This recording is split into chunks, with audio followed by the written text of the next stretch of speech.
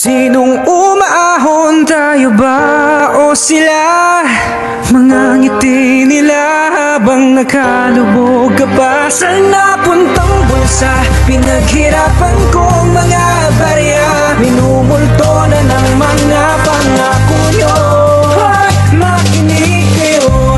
Makinig kayo, kaming mga OFW at migrante sa iba't ibang bansa. Nagdurugo ang puso sa aming nakikita at napapanood sa TV at social media.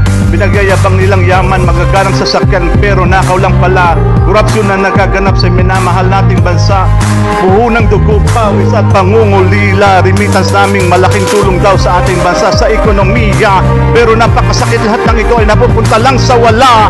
Perlas ng silangan, lumulubog sa baha dahil sa mga politikong mapagsamantala. Taong bayan naghihirap sa mga anomalya, wala silang awa kahit kita-kita na nila. Pilipinas kong mahal, nagmamakaawa na. Makinig kayo.